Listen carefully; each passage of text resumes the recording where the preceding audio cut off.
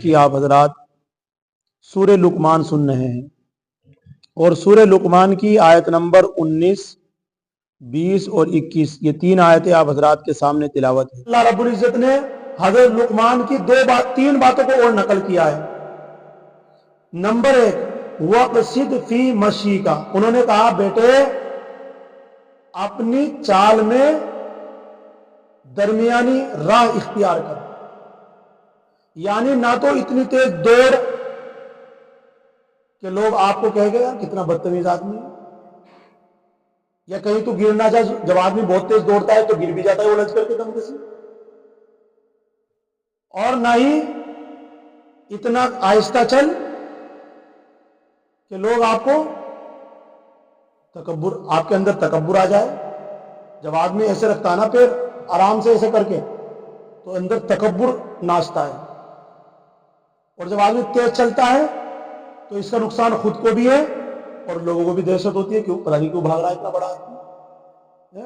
اس لیے کیا کہا، وَقْصِدْ فِي مَشِيكَ، بیٹے نہ تو تیز چلنا کہ دوڑنا اور نہ ہی آہستہ چلنا، ان دونوں کی راہ اختیار کرنا درمیانی۔ اس لیے ہمارے نبی حضرت محمد صلی اللہ علیہ وسلم جب چلتے تھے تو ایسے چلتے تھے، تیز بھی چلتے تھے لیکن ایسے چلتے جیسے اونچائی سے نچائی کی طرف جا رہے ہیں، نظریں نیچے رہتی تھی اور اپنے اندر ایک عاجزی اور انکساری رہتی تھی۔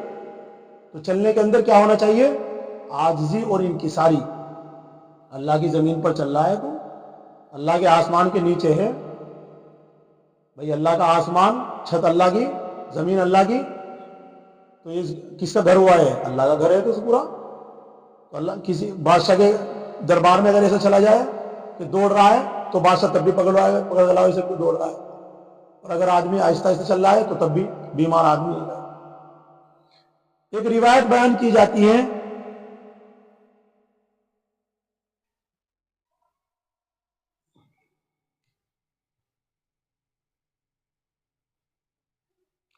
حضرت عائشہ صدیقہ رضی اللہ تعالیٰ عنہ نے کسی شخص کو بہت آہستہ چلتے ہوئے دیکھا، جیسے یہ ابھی مر جائے گا، تو پوچھنے لگی، لوگوں سے پوچھا ہماری ماں نے حضرت عائشہ صدیقہ رضی اللہ تعالیٰ عنہ نے کہ ایسے کیوں چل رہا ہے، وہ بالکل آہستہ آہستہ چل رہا تھا، ایسے کیوں چل رہا ہے، بیمار آدمی ہے نا کوئی ہے؟ لوگوں نے بتلایا جی یہ تو قرہ میں سے ہے، قرہ میں سے یعنی قاریوں میں سے ہے۔ قرہ کہتے ہیں جو لوگ قرآن کریم کو اچھا پڑھنا جانتے ہو، اور اس وقت کے قاری لوگ جو ہے نا وہ عالم بھی ہوا کرتے تھے، جو قرآن کو اچھا پڑھتے تھے وہ عالم بھی ہوا کرتے تھے، تو کہنے لگے یہ تو قاریوں میں سے ہے، عالموں میں سے ہے، بہت بڑا عالم ہے، قاری ہے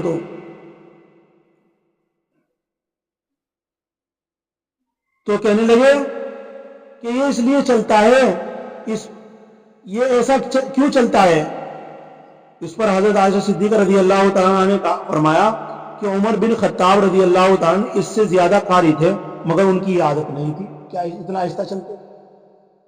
حضرت عمر رضی اللہ تعالیٰ عنہ وہ تو اس سے بڑے قاری تھے لیکن اس طرح نہیں چل، جس طرح چل رہا ہے آہستہ آہستہ۔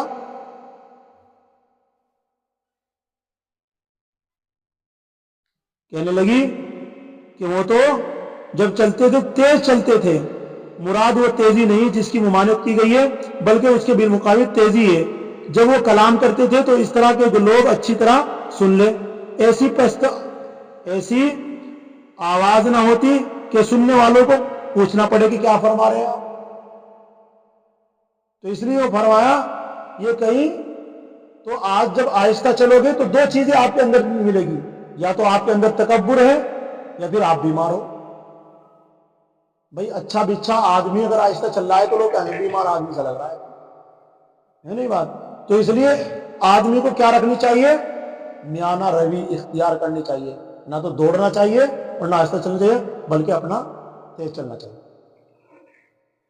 اس لیے آپ نے ہمارے بزرگوں کو دیکھا ہوگا چلتے تھے تو اسی طرح چلتے تھے، وہ تیز چلتے ہیں۔ وَقْصِدْ فِي مَشِيكَ، تو کہا کہ بیٹے جب چلے اپنی چال میں میانہ روی اختیار کر۔ دوسری بات کیا فرمائی، وَغْضُضْ مِنْ صَوْتِكَ، کہ بیٹے جب بات کرے بولے تو پست آواز میں بول، اتنی بھی پست نہ ہو کہ لوگوں کو پوچھنا پڑے کہ کیا کہہ رہے آپ، بھائی کیا کہا تو نے، اتنی بھی پست نہ ہو، بلکہ اتنی پست ہو کہ جس کو آپ کوئی بات سنانا چاہتے ہیں وہ سن لے اور دوسرے کو تکلیف نہ ہو۔ تو دیکھو اپنے بچوں کو کیسی تربیت کر رہے ہیں، آج ہم کہاں کرتے ہیں، شور و شغب ہے، ہلہ ہے۔ اور یوں فرمایا، تیسری بات یہ ارشاد فرمائی حضرت لقمان نے اپنے بیٹے کو کہ بیٹے اور بہت چلانا بھی نہیں، چیخنا چلانا، اور یوں فرمایا کہ چیخنا اور چلانا یہ اتنا برا ہے، اللہ رب العزت نے فرمایا کہ ان آوازوں میں جتنی بھی لوگ جاندار کی آوازیں ہیں، ان آوازوں میں سب سے زیادہ کون چلاتا ہے؟ گدھا، گدھے کی آواز سب سے بری ہے۔ اس لیے حدیث شریف میں کیا آیا کہ جب مرغ بولے، مرغا جب بولے تو تم الحمدللہ کہا کرو، اللہ کا شکر ادا کرا کرو، اور جب گدھا بولے تو پھر تم شیطان کی پناہ مانگا کرو۔ جب مرغ بولتا ہے صبح کو تو وہ سب سے زیادہ تسبیح کرتا ہے اللہ کی، صبح کو سب سے پہلے اٹھ جاتا ہے اور سب سے پہلے تسبیح کرنی شروع کر دیتا ہے، اور وہ بولتا ہے فرشتوں کو دیکھ کر کے۔ مرغ جب بولتا ہے وہ فرشتوں کو دیکھ کر بولتا ہے، تو اس لیے اس کی آواز صحیح ہے۔ اور جب گدھا بولتا ہے تو یہ بولتا ہے جب شیطان اس کو دیکھتا ہے تو شیطان کو دیکھ کر یہ بولتا ہے، حدیث شریف میں آیا۔ تو اس سے پتہ چلا کہ آدمی کو اتنا بھی نہ چلانا چاہیے کہیں گدھے جیسی آواز ہو جائے۔ جب آدمی بہت زور سے بولتا ہے تو آواز کے اندر ایک کرت ہوتی ہے، لوگ اس سے ہیبت کھاتے ہیں، ڈر جاتے ہیں، اور اس کی آواز میں فرق آ جاتا ہے جب زور سے بولتا ہے، آواز پہچانی نہیں جاتی ہے کون بول رہا ہے۔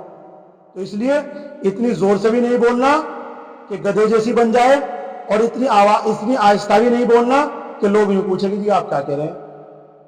بولنے میں بھی آدمی کو اپنا لہجہ سیکھنا چاہیے، قرآن بتا رہا ہے یہ باتیں تھی جو ہمیں سیکھنی چاہیے، اور قرآن نے حضرت لقمان کے حوالے سے ہمارے سامنے بیان کی ہے۔ قرآن کریم نے پوری امت کے لیے ہے، جب تک قیامت تک لوگ آئیں گے سب کے لیے ہے۔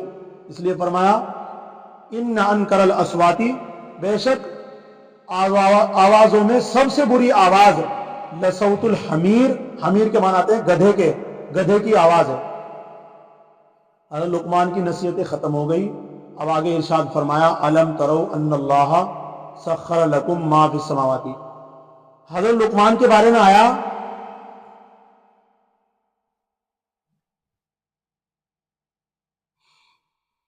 حضرت لقمان کے بارے میں آیا کہ ایک بڑی مجلس میں لوگوں کو اپنی حکمت کی باتیں بتا رہے تھے۔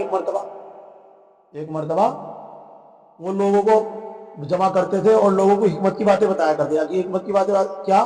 اللہ کے بارے میں سمجھایا کرتے، اللہ کی تعریف کیا کرتے تھے، لوگوں کو اللہ کی طرف بلایا کرتے تھے، یہ تھی حکمت کی باتیں۔ تو ایک آدمی مجمع میں بیٹھا ہوا تھا، وہ اٹھا، اس نے کہا، وہ کہنے لگا، اس نے کہا کہ آپ تو میرے ساتھ جنگل میں چروائے تھے، کیونکہ حضرت لقمان ایک آدمی کے نوکر غلام تھے، ڈنگر ڈھول چرایا کرتے تھے۔ اللہ رب العزت نے بعد میں انہیں پھر یہ اتنا بڑا مرتبہ دیا تھا، تو کہنے لگا وہ آدمی آپ تو میرے ساتھ جنگل میں بکریاں چرایا کرتے تھے، چروائے تھے، اور تمہیں اتنا بڑا مرتبہ کیسے مل گیا؟ لوگوں کو نصیحت کرتے پھر رہے تم، تو یہ آپ کو مقام کہاں سے ملا؟ تو حضرت لقمان نے ایک بات بتائی جو میں آپ کے سامنے، دو باتیں بتائی انہوں نے کہ میری اتنی بڑی اس مرتبے کی جو بنیاد ہے وہ دو باتیں ہیں، ہمیں وہ دو باتیں سیکھنی ہے۔ اللہ ہم سب کو عمل کرنے کی توفیق نصیب فرمائے۔ وہ دو باتیں کیا ہیں؟ فرمایا کہ خلق خدا آپ کی تعظیم کرتی، کہنے لگے وہ دو باتیں میری یہ ہیں، ایک تو میں ہمیشہ سچ بولتا ہوں، میرے ہمیشہ سچ بولنے کی وجہ سے اللہ نے مجھے اتنا بڑا مرتبہ عطا فرمایا۔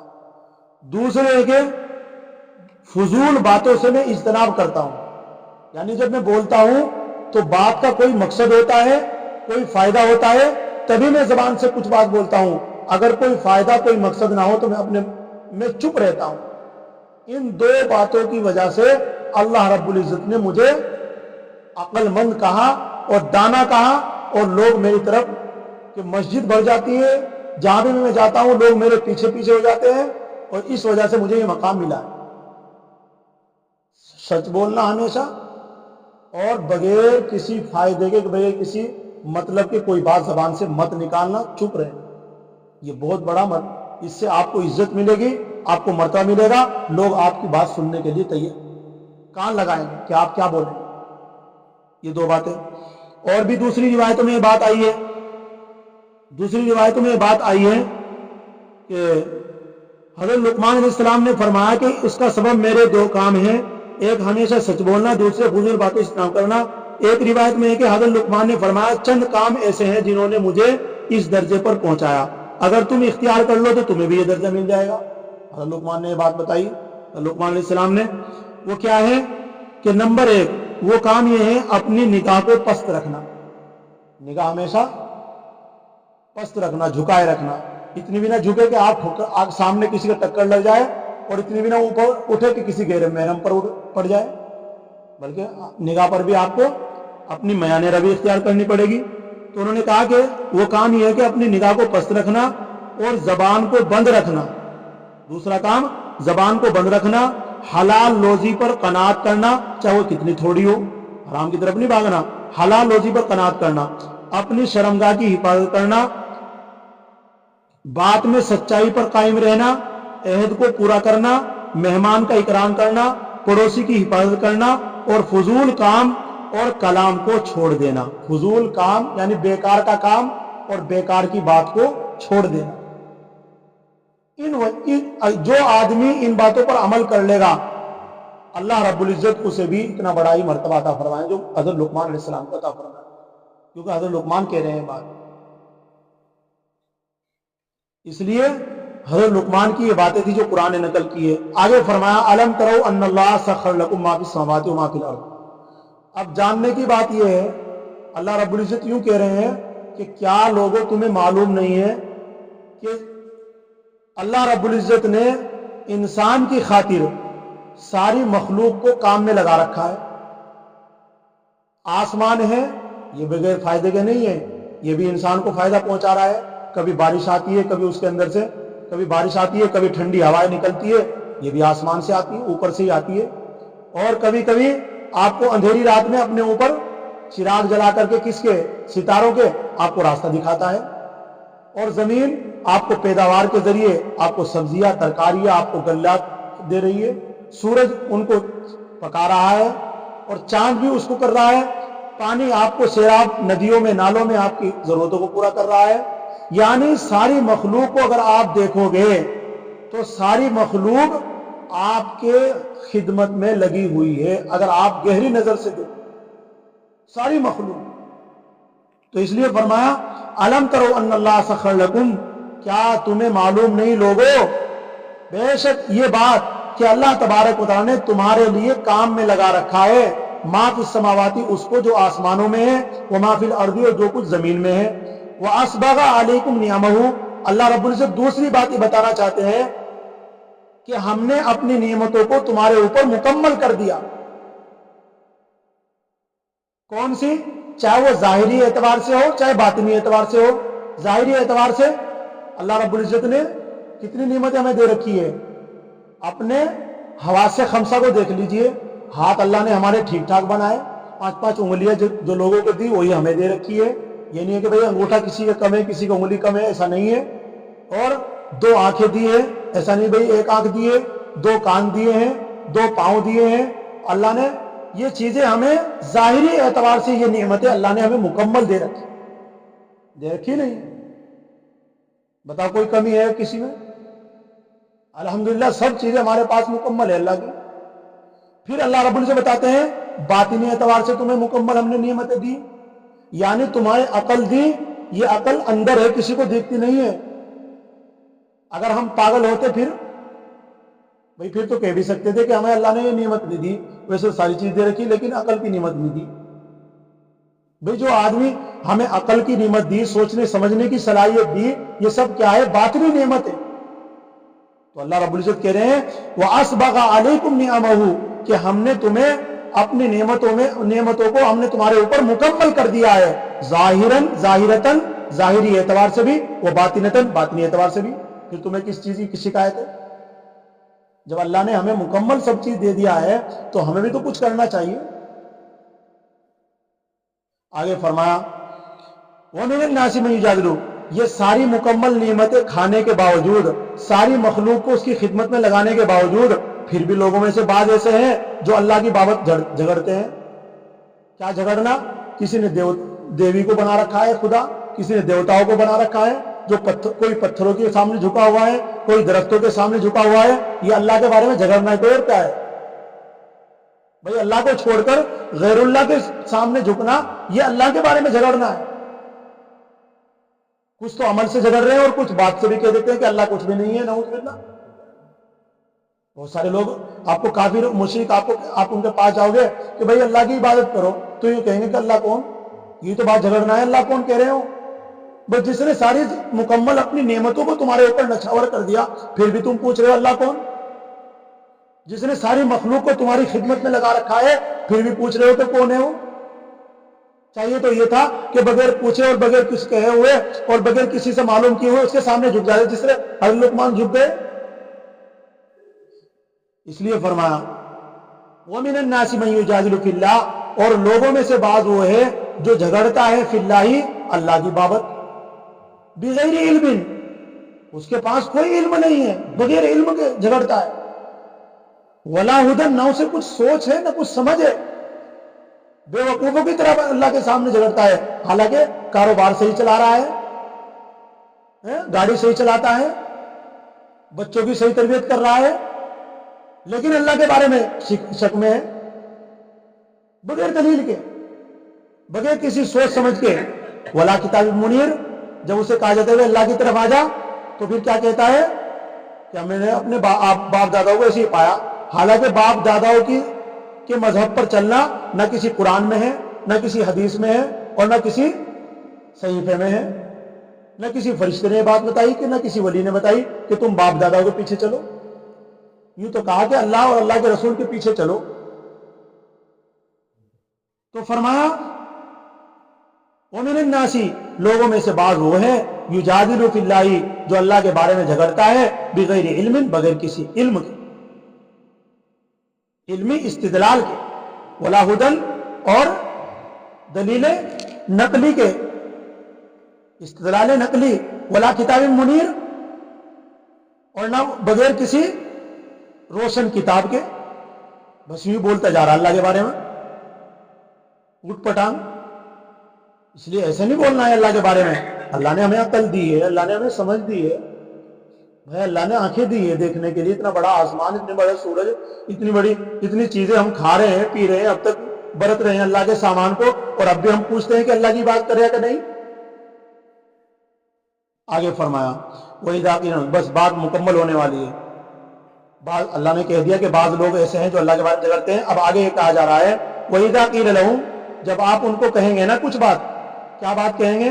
اتبعوا ما انزل اللہ، بھائی اتباع کرو اللہ کی، اتباع کرو، چلو اس کے پیچھے جو اللہ نے نازل کیا، یعنی قرآن، جو قرآن بتا رہا ہے قرآن کے پیچھے چلو نا، اللہ نے نبی اتارے ہیں، نبی کو پیچھے چلو نا۔ تو پھر کیا کہتا ہے وہ؟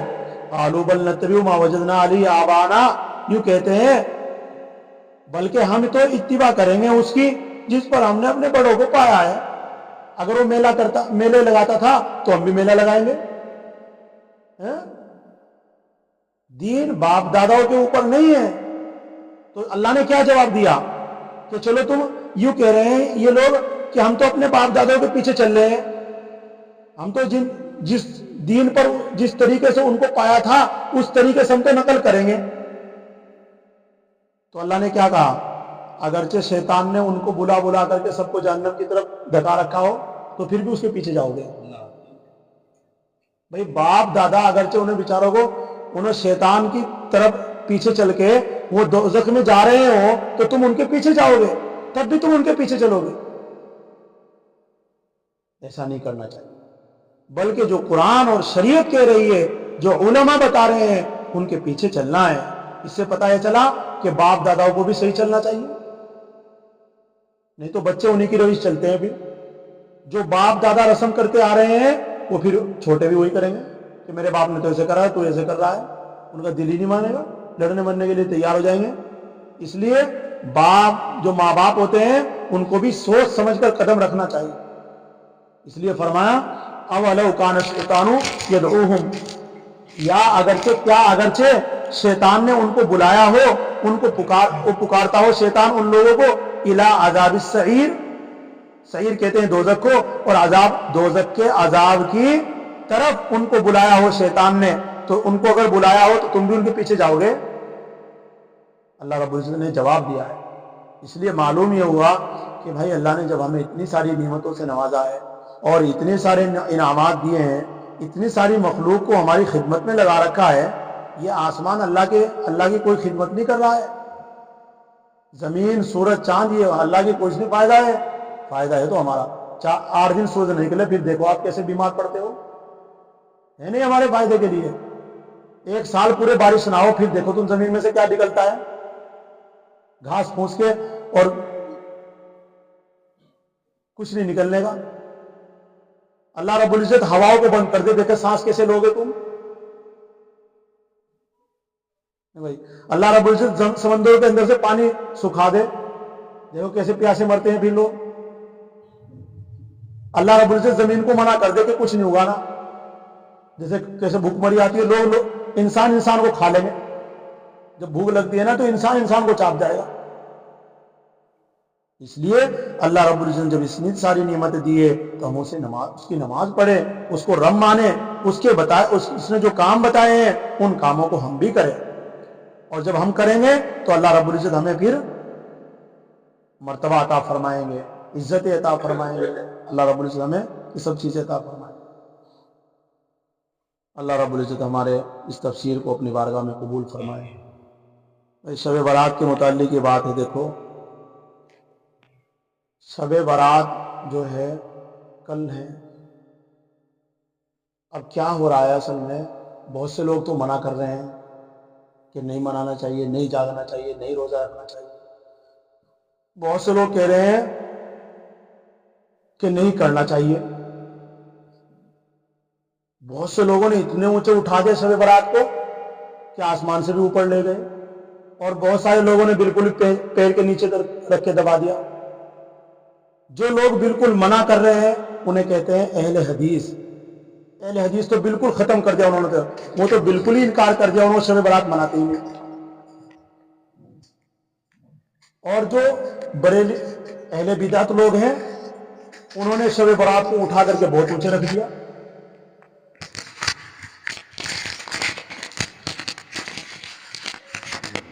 جو اہل بدعت ہیں انہوں نے شب برات کو مسجدوں کو سجایا جا رہا اور پورا دھماکہ اور موم بتیاں مسجدوں دھواں اس طرح نکلا, بھٹے میں سے نکلتا ہو, انہوں نے اتنی عزت دے دی.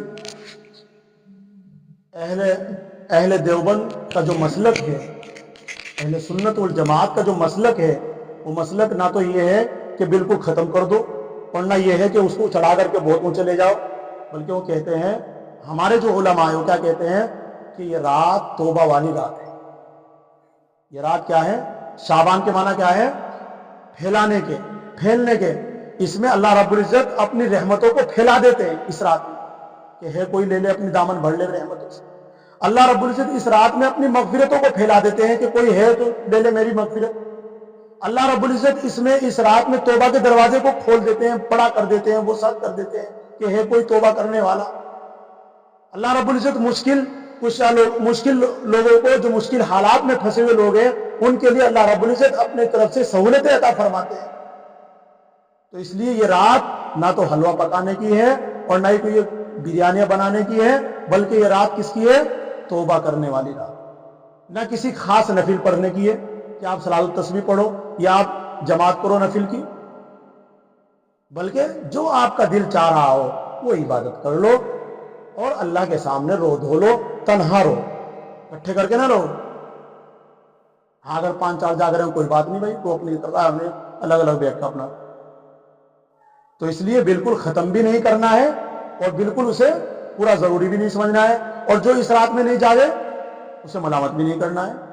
جو رات میں قیام نہیں کر رہا ہے تو اسے ملامت بھی نہیں کرنا ہے کہ یار تو رات کو جاگا نہیں، تو اتنا بڑا بخیل ہے، تو اتنا، اسے کچھ نہیں کہنا، اس نے بھی صحیح کیا ہے اور تو نے بھی صحیح کیا ہے۔ جب وہ بھی صحیح اور تو بھی صحیح تو پھر کیوں کہہ رہا ہے اسے، کیوں دیکھ رہا ہے اسی طرح؟ سمجھ میں بات؟ ایسے ہی حدیث شریف میں آیا، اللہ کے رسول صلی اللہ علیہ وسلم نے ارشاد فرمایا،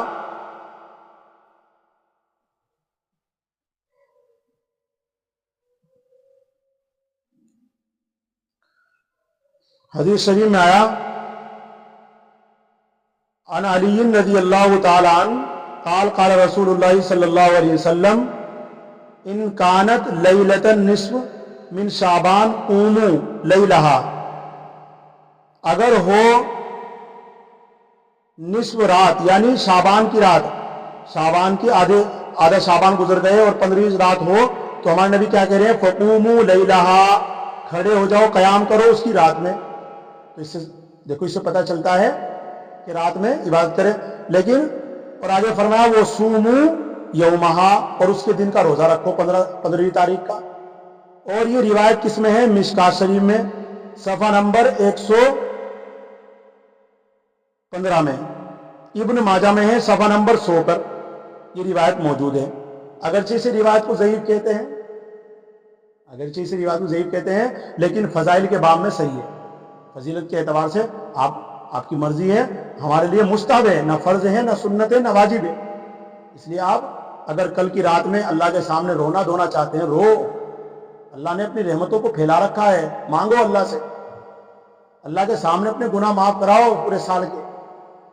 لیکن اتنا ضروری بھی نہیں سمجھنا کہ آپ کچھ بھی ہو جائے کہ نہیں جاگنا تو جاگنا ہے۔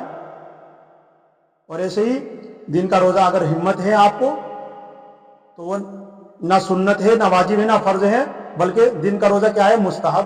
اگر آپ میں ہمت ہے، طاقت ہے تو دن کا روزہ رکھ لو، اور نہیں رکھ رہے تو اس کی طرف ملامت نہ کرو۔ اور یہ بات کل بھی کہی تھی تفسیر میں وہاں کلاس کو، یہ آج بھی کہتے ہیں، اور اس روزے کے لیے نہ سحری کا اعلان مناسب ہے اور نہ ہی افطاری کا اعلان مناسب ہے، بلکہ چپ چاپ رکھ لے، نفل ہے اپنا، مستحب ہے، روزہ رکھ لے اپنا چپ چاپ، جس کی مرضی پڑے۔ اگر آپ اعلان کرو گے تو پھر لوگ جو نہیں رکھنے کے بیچارے ان کے اوپر بہت زور پڑے گا، یار ہم نے رکھا نہیں، ان سے رکھ لیا۔ اس لیے اعلان کرنا مناسب نہیں ہے۔ رمضان آ رہا ہے، دل کھول کر روزہ رکھو، تو اگر آپ میں ہمت ہے رکھ لینا۔ تو اس شعبان کے متعلق ہے، نہ یہ پٹاخے پھوڑنے کی رات ہے، نہ یہ کھانا بنانے کی رات ہے، نہ اس میں کوئی خاص کھانے ہیں، نہ اس میں کوئی خاص عبادت ہے، نہ اس میں کوئی خاص کوئی شہرت ہے، بلکہ اپنا جو جس کا دل جس طریقے سے چاہ رہا ہو اس طریقے سے اس میں توبہ کرے، اللہ کے سامنے معافی مانگے، بس یہ ہے شب برات۔ اللہ تعالیٰ ہم سب کو کہنے سننے زیادہ عمل کرنے کی توفیق نصیب فرمائے۔ الحمدللہ رب العالمین۔ اعوذ باللہ من الشیطان الرجیم، بسم اللہ الرحمن الرحیم۔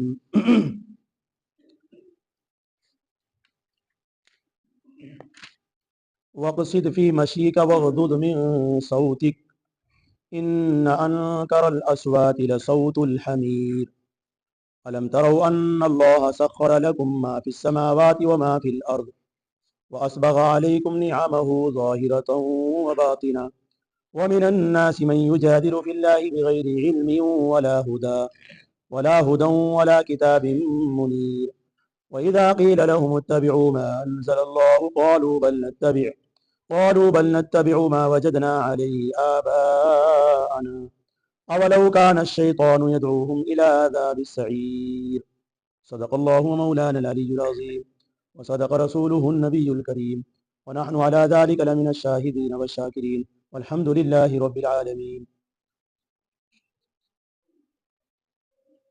بسم اللہ الرحمن الرحیم، شروع اللہ کے نام سے جو بڑا مہربان نہایت ہی رحم کرنے والا ہے۔